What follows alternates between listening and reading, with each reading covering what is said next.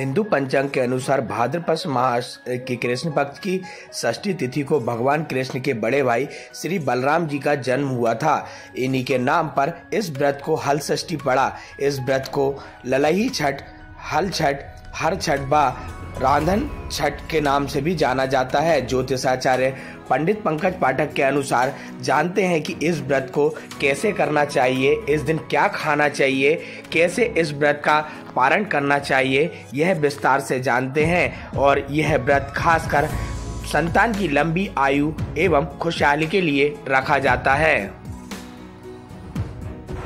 देखिए, हल षष्ठी का व्रत या हल छठ का व्रत उत्तम संतान की प्राप्ति के लिए और संतान की रक्षा के लिए, संतान सुख प्राप्त करने के लिए व्रत को किया जाता है। मध्य क्षेत्र में इसको हर्षठ या हल षष्ठी कहते हैं और बिहार इत्यादि पूर्व के जो प्रांत हैं वहाँ इसको ललही षष्ठी के नाम से भी जाना जाता है।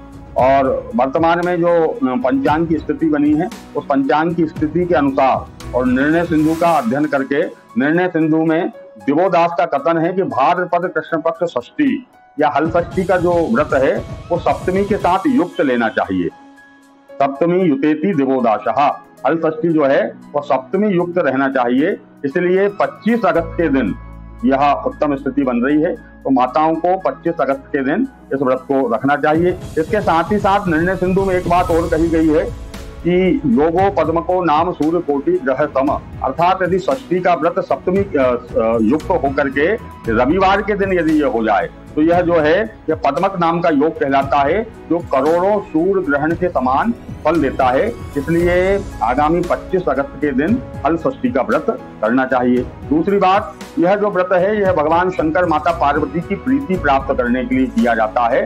तो पुष्प और पलाश से युक्त वृक्ष के नीचे भगवान शंकर, माता पार्वती, गणेश जी, कार्तिकेय की इनकी प्रतिमाओं को स्थापित करके इनका पूजन अभिषेक करें।